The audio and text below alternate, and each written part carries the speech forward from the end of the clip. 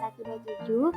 Saya mahasiswa dari IAIN Pontianak, Fakultas Ekonomi dan Bisnis Islam, Prodi Manajemen Bisnis Syariah kelas 4A.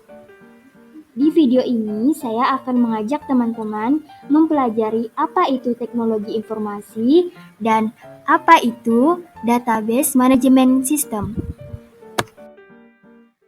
Nah teman-teman, semakin berkembangnya teknologi, maka juga semakin banyak bidang yang ada dan perlu untuk dikembangkan. Salah satunya adalah teknologi informasi. Ini merupakan bidang yang berkaitan erat dengan perkembangan teknologi. Tanpa adanya teknologi informasi, mungkin perkembangan yang terjadi tidak akan semaju ini. Teknologi informasi secara umum adalah suatu studi perancang, implementasi, pengembangan, dukungan, atau manajemen sistem informasi yang berbasis komputer. Komponen-komponen yang terdapat dalam teknologi informasi yaitu ada hardware, software, firmware, firmware, infoware. Teman-teman, teknologi informasi sangat berpengaruh penting dalam kehidupan. Teknologi informasi berfungsi yaitu untuk menangkap, menyimpan, mengelola, transmisi, mencari kembali, dan menghasilkan.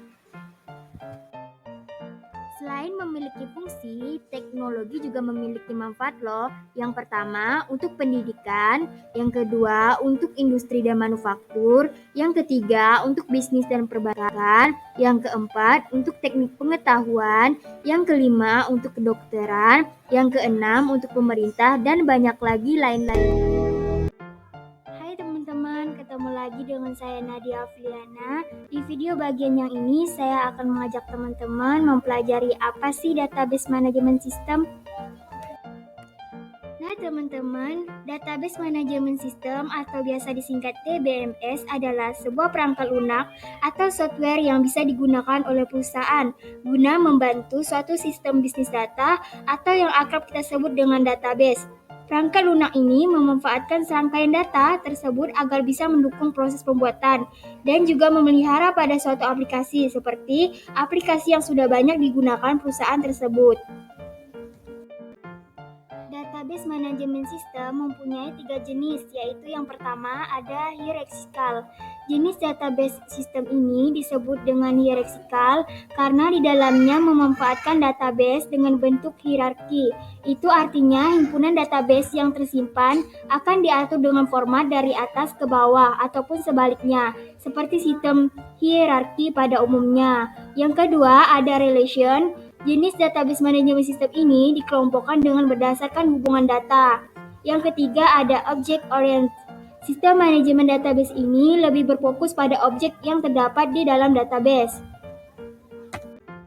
Lanjut kita ke fungsi dan tujuan database manajemen sistem. Database manajemen sistem memiliki peran yang sangat penting dalam proses bisnis perusahaan, khususnya ketika menggunakan aplikasi tertentu. Secara khusus, nantinya berbagai fungsi bisnis dijalankan dan dapat disediakan oleh database manajemen sistem ini. Selain itu, setidaknya ada 4 tujuan dan menjadi landasan utama perusahaan dalam menggunakan DBMS. Pertama, agar memungkinkan pihak perusahaan dalam mengubah data. Yang kedua, menjamin keamanan dan juga integrasi data yang dimiliki oleh perusahaan. Yang ketiga, membantu perusahaan dalam melakukan perbaikan dan kesalahan data yang ada.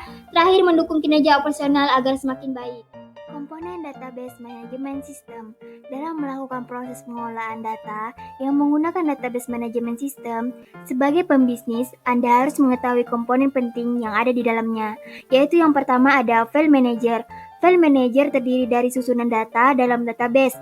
Nantinya, file manager akan mengelola susunan data yang ada di dalam penyimpanan dengan fokus pada struktur data yang digunakan agar mampu menampilkan informasi yang mampu mewakilkan. Kemudian yang kedua ada database manager. Database manager akan secara khusus mengatur bagaimana database mampu bekerja dengan baik. Komponen ini mampu menyediakan interaksi antarmuka atau interface data dengan berbagai data lain. Kemudian yang ketiga ada query processor.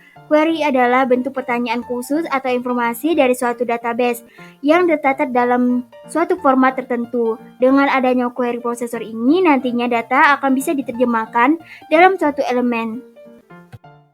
Nah teman-teman, sekian video dari saya. Apabila ada salah kata dalam pengucapan, saya mohon maaf.